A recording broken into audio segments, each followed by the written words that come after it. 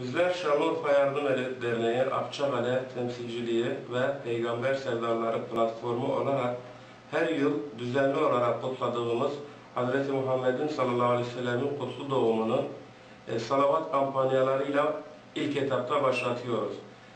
Bu yılda mevsimine girdiğimiz kutlu ayların bereketini şu andan itibaren görmeye başladık. Akçakale Yardım Temsilciliği ve Peygamber Sevdaları Platformu olarak bu yıl Peygamber Aleyhisselatü Vesselam'a 1 milyar salavat kampanyası düzenledik. Salavat kampanyasına katılmak isteyen halkımızın derneğin iletişim hatlarını arayarak bu şekilde kampanyaya dahil olabilirler. Salavat kampanyamızı Peygamber Efendimiz Aleyhisselatü Vesselam için düzenleyeceğimiz Kutlu Doğum Programı gününde program bitişinde açıklayacağız. Allah hepinizden razı olsun.